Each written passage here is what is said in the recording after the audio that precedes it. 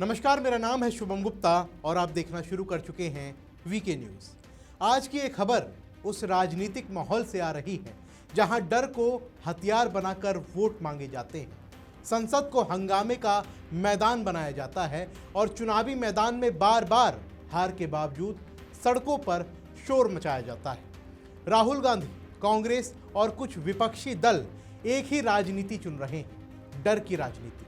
चुनावी राजनीति में ये लगातार फिसड्डी साबित हो रहे हैं, चाहे विधानसभा हो, राज्यसभा हो, लोकसभा हो या फिर विधान परिषद। हर जगह गणित इनके खिलाफ जाता है। लेकिन सड़क की राजनीति में थोड़ी बहुत जान बाकी है, क्योंकि कुछ पेड कार्यकर्ता बचे हैं जिनकी महत्वाकांक्षा है कि कहीं क्षेत्र में कॉरपोरेटर बन जाए, हाईकमान की नज़र पड़ जाए तो विधानसभा में पहुंच जाए, या राहुल अखिलेश जैसे नेताओं के चापलूस मंडली में शामिल होकर राज्यसभा का दरवाजा खुल जाए। इसलिए सड़क पर हंगामा होता है और सबसे ज़्यादा फोकस इनका डर पैदा करने पर है कि लोगों के बीच डर फैलाओ, सरकार के खिलाफ ऐसी बातें करो कि संकट का माहौल बने और उस डर की वजह से लोग इनका साथ दें। मुसलमानों को 70 साल से ज़्यादा समय तक इसी डर से इन्होंने बांधे रखा। अखिलेश यादव डराते हैं कि बीजेपी आई तो तुम्हारी शामत आएगी। ममता बनर्जी बंगाल में कहती हैं कि हम हैं तो तुम सुरक्षित हो, हम गए तो बीजेपी आएगी तो घर से घसीटकर बाहर ले जाएगी, बांग्लादेशी मुसलमानों को भगा देगी। लेकिन सवाल यह है कि ये डर की राजनीति कितने समय तक चलेगी और इससे जनता का क्या नुकसान हो रहा है। चलिए इस खबर को गहराई से समझते हैं, क्योंकि राजनीति में डर का हथियार तब तक चलता है जब तक लोकतंत्र कमजोर हो जाता है। देखिए, कांग्रेस और विपक्ष की कुछ पार्टियों ने डर की राजनीति को अपना मुख्य हथियार बना लिया है। चुनावी मैदान में ये लगातार हार रहे हैं, चाहे विधानसभा हो, राज्यसभा हो, लोकसभा हो, हर जगह गणित इनके खिलाफ जाता है। असम में हिमंत विश्व शर्मा के नेतृत्व में बीजेपी तीसरी बार सरकार बना रही है। उनकी 96 से 98 सीटें आ रही हैं। बिहार में राज्यसभा चुनाव में एनडीए का क्लीन स्वीप हुआ है। हरियाणा में कांग्रेस की जीत सिर्फ एक सीट पर हुई है, लेकिन 37 विधायकों में से 28 ने ही वोट डाले, 9 क्रॉस वोटिंग कर गए। उड़ीसा में कांग्रेस के 14 विधायकों में से 10 से ज्यादा गायब रहे। तमिलनाडु में कांग्रेस गठबंधन में झगड़ा दिख रहा है, कांग्रेस सरेंडर कर रही है, 66 से घटकर 20 से 25 सीटों पर अटक गई है। केरल में भी डुलमुल रवैया है, हर जगह कांग्रेस का ग्राफ नीचे गिर रहा है। लेकिन सड़क पर ये अभी भी हंगामा कर रहे हैं, क्योंकि कुछ पेड कार्यकर्ता बचे हैं। ये कार्यकर्ता जनता से नहीं जुड़ते, उनकी महत्वाकांक्षा है कि क्षेत्र में कॉरपोरेटर बन जाए, हाईकमांड की नज़र पड़ जाए तो विधानसभा में पहुंच जाए, या राहुल या अखिलेश जैसे नेताओं के चापलूस बनकर उनकी मंडली में शामिल होकर राज्यसभा का दरवाजा खुल जाए। इसलिए सड़क पर थोड़े हंगामे होते हैं, पोस्टर, बैनर, नारे लगाए जाते हैं, लेकिन जनता से कनेक्ट नहीं होते और सबसे ज़्यादा फोकस इनका डर पैदा करने में होता है। मुसलमानों को 70 साल से ज़्यादा समय तक डराकर इन्होंने वोट लिए। अखिलेश यादव डराते हैं कि बीजेपी आई तो तुम्हारी शामत आएगी। ममता बनर्जी बंगाल में कहती हैं हम हैं तो तुम सुरक्षित हो, हम गए तो बीजेपी आएगी और घर से घसीटकर बाहर ले जाएगी, बांग्लादेशी मुसलमानों को भगा देगी। लेकिन अगर मुसलमानों के लिए थोड़ा थोड़ा काम किया होता तो आज उनकी स्थिति दलितों से भी खराब नहीं होती। 10% मुसलमान ठीक ठाक गुजारा कर लेते हैं, लेकिन 90% की स्थिति वैसी ही है, पढ़ाई लिखाई नहीं, छोटे मोटे काम और बोझ बने रहे। इन लोगों ने कहा कि मुसलमान पिछड़ा है, लेकिन किसकी सरकार में? इन्हीं की सरकार रही है, इन्हीं की भूमिका थी सरकार चुनने में, फिर भी डर की राजनीति जारी है। अब देश के दूसरे लोगों को भी डराया जा रहा है। गैस क्राइसिस, पाकिस्तान का अटैक, आतंकवादी हमले, मोदी तानाशाह हो जाएंगे, डेमोक्रेसी खतरे में है, संविधान खत्म हो जाएगा।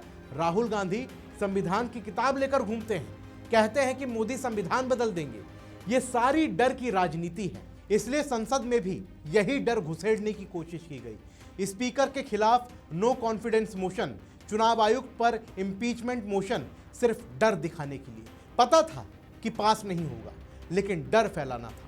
कांग्रेस के पास 99 सांसद हैं, जो कम नहीं है। अगर सब मिल जाएं तो 200 से ज्यादा हो जाते हैं और ये हंगामा खड़ा करने के लिए काफी है। ये सदन नहीं चलने देते। लेकिन पूर्व प्रधानमंत्री देवगौड़ा ने सोनिया गांधी को पत्र लिखा कि आपकी सरकारों में भी विपक्ष था, लेकिन इतने लंबे समय तक संसद कभी ठप नहीं हुई। विपक्षी नेता पोस्टर बैनर लेकर सीढ़ियों पर चाय पीते रहे। इस व्यवस्था को सुधारिए, वरना आपका हश्र भी वही होगा जो दूसरी पार्टियों का हुआ। लेकिन सोनिया गांधी अब पॉलिटिकल कोमा में है। राहुल गांधी ने उन्हें आउट कर दिया है। अब नए लोग आएंगे, लेकिन नए वो नहीं हैं जो कांग्रेस में काम करते हैं। नए वो हैं जिनकी मानसिकता anti India, anti motion element है, जो वामपंथी गुट हैं। ये लोकतांत्रिक प्रक्रिया नहीं जानते, ये अराजकता क्रिएट करना जानते हैं। संसद का विध्वंस कर दो, संस्थाओं को खत्म कर दो, भरोसा उड़ा दो। कहो कि जुडिशरी बिकी हुई है, चुनाव आयोग बिका हुआ है, पुलिस काम नहीं करती, प्रधानमंत्री तानाशाह हैं, तो बंदूक तलवार उठाओ, क्रांति करो। यही इनकी राजनीति है। इसलिए संसद में जब डर का माहौल बनाने की कोशिश की तो कार्रवाई हुई। राहुल गांधी को बार बार बेइज्जत किया गया, 8 सांसद सस्पेंड कर दिए गए, तब जाकर अकल आई। और अगर ये ऐसे ही सस्पेंड होते रहेंगे तो बाहर भी स्थिति बिगड़ेगी। इसलिए माफी मंगवाई गई। किरण रिजिजू ने रेजोल्यूशन लाया, सस्पेंशन खत्म किया गया, क्योंकि कांग्रेस ने रिग्रेट किया। अब हंगामा नहीं करेंगे, पोस्टर बैनर नहीं लगाएंगे, एआई जनरेटेड फोटो नहीं लगाएंगे। डर पैदा हो गया है। इनको लगने लगा है कि मोदी सरकार अब कोई चूक नहीं करेगी। अब ये पॉलिटिकली नहीं बल्कि पूरी कॉन्स्पिरेंसी समझ गए। अंतर्राष्ट्रीय स्तर पर छवि खराब करो, राष्ट्रीय स्तर पर भ्रमित करो। लेकिन उत्तर प्रदेश में 5000 से ज्यादा छापे पड़े हैं गैस सिलेंडर की जमाखोरी पर। पिछले 24 घंटे में 23,000 से ज्यादा छापेमारी हुई है। और ये वही लोग हैं, ये वही गैंग हैं जो गैस की किल्लत की बात करके अराजकता फैला रहे हैं। कांग्रेस की समस्या अब बढ़ गई है, आपस में नेताओं की जंग छिड़ गई है। चुनाव घोषणा के साथ इस्तीफे का दौर भी अब शुरू हो गया है। हरियाणा में 37 विधायकों में से 28 ने ही वोट डाले, 9 ने क्रॉस वोटिंग की। हुड्डा कह रहे हैं कि नाम नहीं बताएंगे लेकिन बदला लेंगे। लेकिन बदला क्या लोगे भाई? सब गुटबाजी से ऊब चुके हैं। अब सैलजा, सुरजेवाला, हुड्डा, राहुल का अपना गुट। बिहार में भी चुनाव हारे, विधायक हारे। उड़ीसा में 14 विधायकों में से 10 से ज्यादा गायब रहे। तमिलनाडु में कांग्रेस सरेंडर कर रही है, 66 से घटकर 20 से 25 सीटें। केरल में डुलमुल, असम में बिखरी हुई है कांग्रेस है। सर्वे 2/3 बहुमत बता रहे हैं। कुल मिलाकर राहुल गांधी के नेतृत्व में कांग्रेस संसद से विधानसभा तक टूट फूट में व्यस्त है।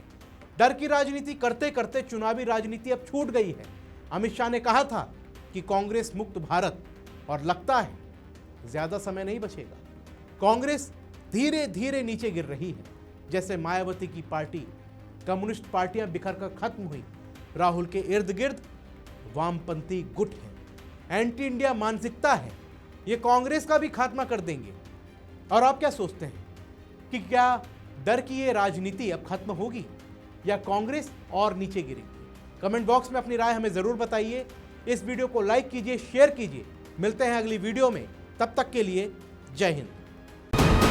वीके न्यूज, राष्ट्र के नाम।